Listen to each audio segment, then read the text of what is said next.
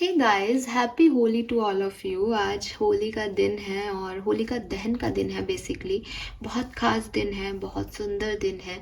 सो आप सभी को होली की बहुत बहुत शुभकामनाएं। आई होप कि ये होली आपकी लाइफ में प्यार, कलरफुल इसके जो कलर्स हैं वो आपकी लाइफ में प्रोस्पेरिटी लाएंगे, लव लाएंगे, अफेक्शन लाएंगे, खूबसूरत आउटकम लाएंगे आपकी चीज़ों के, और जो कुछ भी आपकी डिज़ायर्स हैं वो फुलफ़िल होंगी। थैंक यू सो मच कि आप इस चैनल से जुड़े हुए हैं। मैं हमेशा आपके लिए प्रे करती रहूँगी और चाहूँगी कि इक्वल गिव एंड टेक में आप लोग भी अपने लिए और साथ में सभी लोगों के लिए इंक्लूडिंग मी प्रेयर करते रहें कि हम सबकी ज़िंदगियों में से जो भी नेगेटिविटी है, जो कुछ भी बुराइयां हैं, जो कुछ भी बुरे लोग हैं, टॉक्सिसिटी है, वो सब जल्द से जल्द ख़त्म हो जाए और सिर्फ पॉजिटिविटी हम सबकी ज़िंदगी में रहे।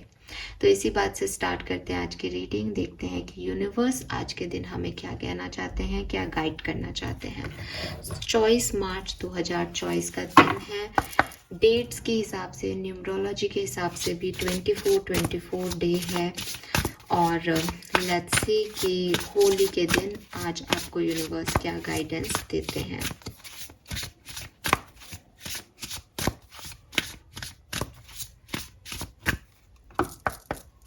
सो पहला कार्ड है यहाँ पे villain number 38।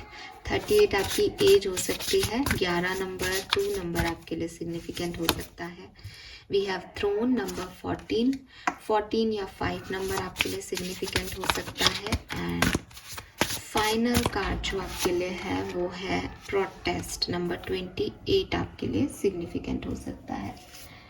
So let's see Aquarius की यहाँ पे क्या आपको गाइडेंस दिया जा रहा है। सबसे पहले जो कार्ड है वो है विलेन का, जो कि मैसेज दे रहा है यू कैन ऑलवेज री राइट द स्टोरी।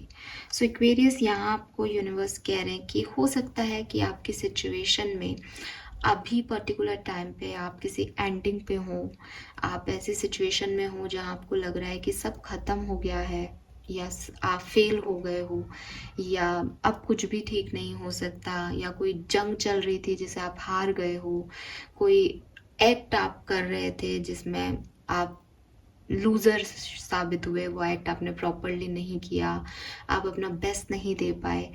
ठीक है, लाइफ ने आपसे कुछ चीज़ें छीन ली, लाइफ ने आपकी परिस्थितियों को टर्न कर दिया और वो एक पूरी परिस्थिति है अकॉर्डिंग टू यू।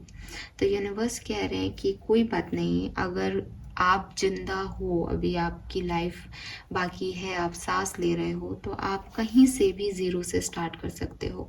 ये कोई बिजनेस का लॉस हो तो आप बिजनेस को दोबारा रीस्टार्ट कर सकते हो।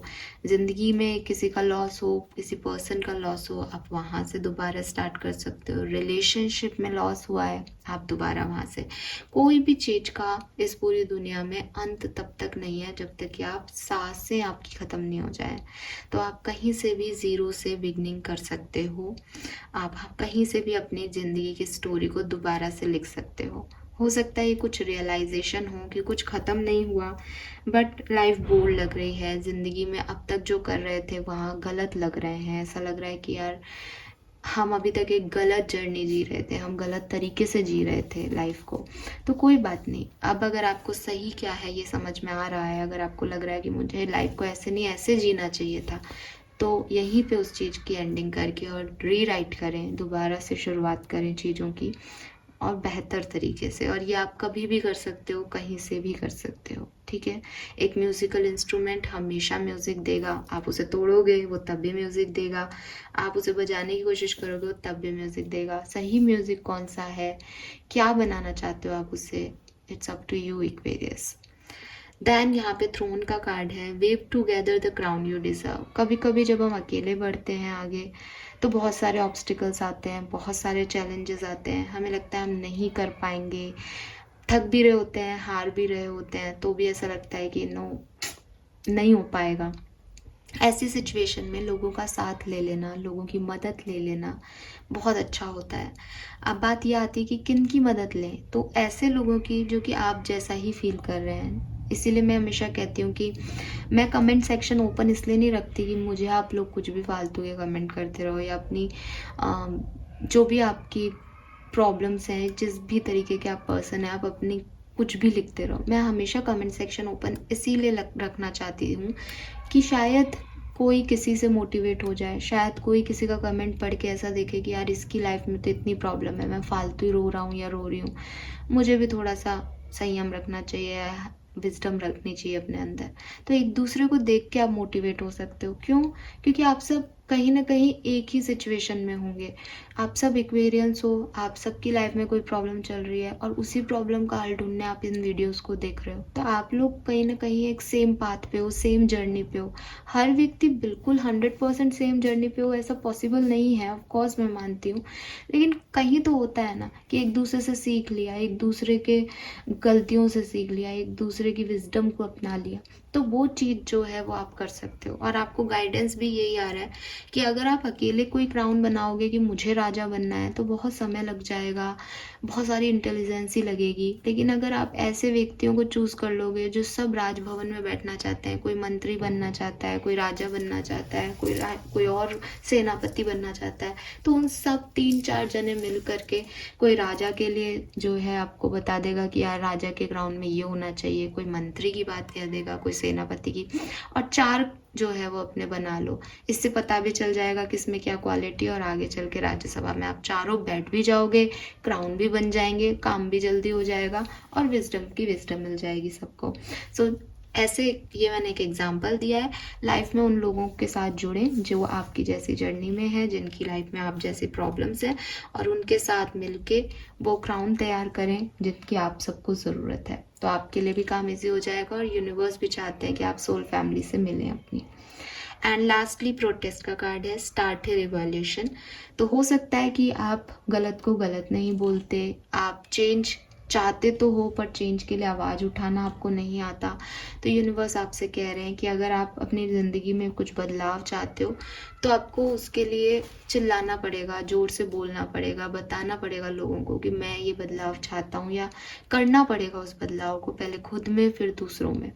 अगर आप सिर्फ बैठे बैठे सोचते रहो यार ये ऐसे नहीं, ये ऐसे होना चाहिए था, इनको ऐसे नहीं, इनको ऐसे करना चाहिए था, तो इससे काम नहीं चलेगा।